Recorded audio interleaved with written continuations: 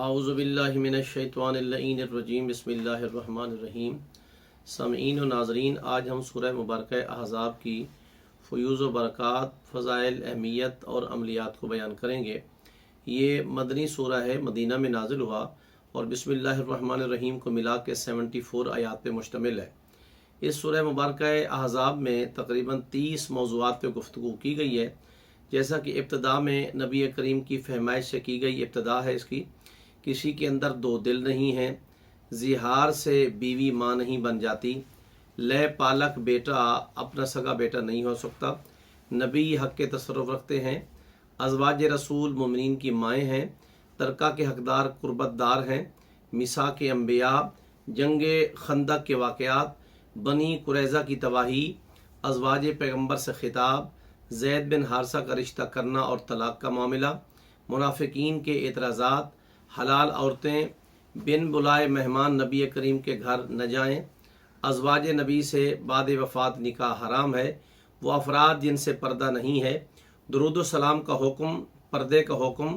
موسیٰ علیہ السلام کو اذیت دینے والوں کی طرح نہ بنو، انسان کے علاوہ امانت الہی کو کس نے اٹھایا تھا؟ کسی نے نہیں اٹھایا تھا۔ یہ ٹوٹل تقریباً 30 موضوعات ہیں۔ جب ہم فضائل کی جانب آتے ہیں، سرکار دو عالم حضرت محمد مصطفیٰ صلی اللہ علیہ وآلہ وسلم ارشاد فرماتے ہیں کہ جو شخص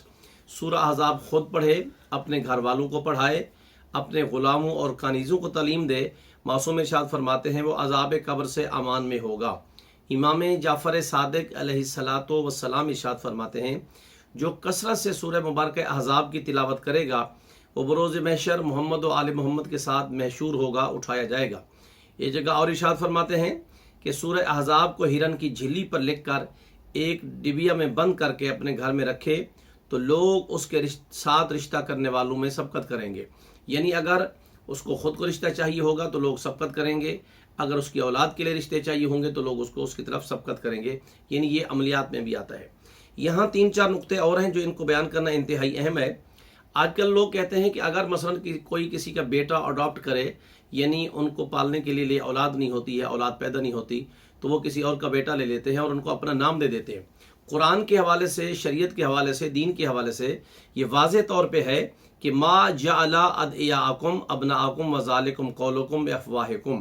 کہ کہا گیا ہے کہ جن کو تم اپنا بیٹا بناتے ہو، منہ بولا بیٹا، یہ تمہاری اپنی منہ کی باتیں ہیں، یہ تمہارا حقیقی بیٹا نہیں ہے، یعنی وہ آپ کا سگا بیٹا نہیں ہے۔ یا تو ان کو اصل ان کے باپ کے نام سے پکارا جائے، یا پھر معصوم ارشاد فرماتے ہیں جو قرآن کی آیت کا نچوڑ ہے کہ وہ ان کو ایک برادر ایمانی کہہ کے ان کو پکارا جائے۔ پھر اس میں ایک اور اہم ترین مسئلہ بھی ہے کہ رسول اللہ کی بیویاں تمہاری مائیں ہیں احتراماً، یعنی ان سے کوئی کلمہ گو نکاح نہیں کر سکتا۔ باقی وہ ماں کا رتبہ نہیں ہے کہ جو سگی ماں کے مسائل ہیں، ان کو ایک احترام دیا گیا ہے کہ ازواج پیغمبر مومنین کی مائیں ہیں، ان کا احترام کریں، ان کے ساتھ امتی کا کسی کا نکاح نہیں ہو سکتا۔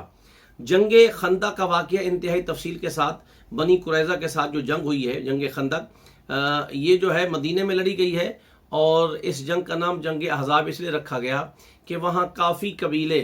حزب ایک گروہ کو کہتے ہیں، احزاب کافی گروہ برسر پیکار ہو کر جمع ہو کر مسلمانوں کے خلاف لڑنے کے لیے آئے۔ سرکار دو عالم نے اصحاب سے مشورہ کیا کہ کیا کیا جائے، کیسے مدینے کا اور مسلمانوں کا دفاع کیا جائے۔ تو حضرت سلمان فارسی نے مشورہ دیا کہ یا رسول اللہ، 3 اطراف سے مدینہ پہاڑیوں میں ڈھکا ہوا ہے، ایک طرف جو ہے وہ کھلی ہوئی ہے، وہاں پہ